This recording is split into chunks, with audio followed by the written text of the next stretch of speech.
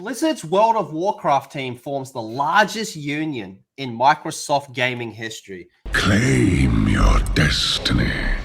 And what must we give in return? Everything.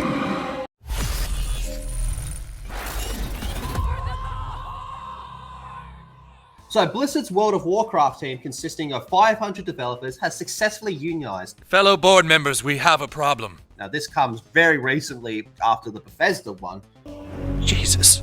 This makes it the largest group within Microsoft's gaming teams to unionize so far, which is around 715 employees at Microsoft's gaming divisions are now part of unions. What kind of person would do this? The World of Warcraft developers will now be represented by the Communication Workers of America, and this unionization marks the first wall-to-wall union at Activision Blizzard.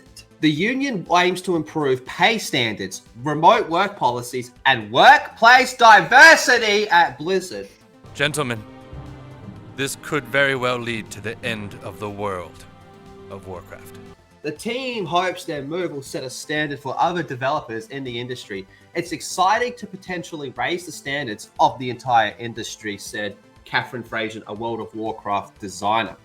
Microsoft has once again recognized the union voluntarily, as it does with others in the post. The company pledged to not interfere with the unionization efforts. This follows the recent unionization of 240 Bethesda game studio employees working on Starfield and Elder Scrolls 6. So we have a spokesperson, Tom Smith, highlight the significance of this, saying unionizing one of the most successful games ever signifies the raising power of worker solidarity.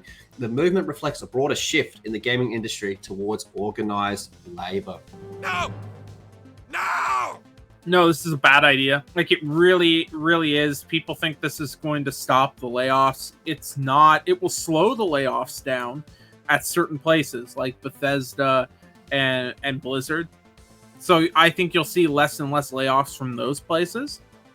But Microsoft owns a lot of studios that aren't going to fall under this union or the other union. And those ones are going to be the ones where I think they're going to trim a lot. By signing the union, you're just guaranteeing your coworkers are going to be the ones thrown under the bus instead. Yeah. They could be the ones who messed up, then they shut down another team instead because it's like, oh, fuck, it's easy to close down that company. But even though you guys were the ones that fucked up. Yeah, where are you going to make the layoffs? Are you going to make the layoffs on the WoW team that has a union, or something like for 343, for example, which is not unionized?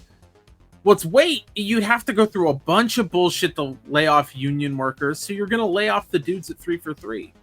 The downside is, when you're looking to hire, you're going to have less hires. So there are problems with unions, and there's obviously things that unions do solve, but when you're in the video game industry, unions are not necessary. It's for more workplace safety, right? An example of places that don't have unions where I actually think they would fit better is something like an Amazon warehouse. They have notoriously bad working conditions. People have to walk through the entire warehouse to go to a washroom. And guess what? That's their entire lunch break, is walking to the washroom, using it, coming back. Stuff like that. That's where a union is more useful. But where we're getting unions right now are places where they're not really useful, like a Starbucks or the video game industry, where there's no safety risk. The only safety risk is carpal tunnel. It's more dangerous getting to your job than actually doing your job. Yeah, if I remember right, in some Amazon warehouses, it's like the way you got to get from point A to point B and to point C, it's like you're based with all the automated machines that are there. It's like trying to walk through oncoming traffic. And yeah, people have gotten into so many accidents just for simply getting in the way of the machines, just going their way, and they don't stop. They don't fucking see them. Where do you see this heading? I think at this point, we're going to get all unionized studios at Microsoft. Obviously, Microsoft said we won't interfere with the unions. Well, you legally can't. When something gets put up for a union vote, the company can't legally interfere.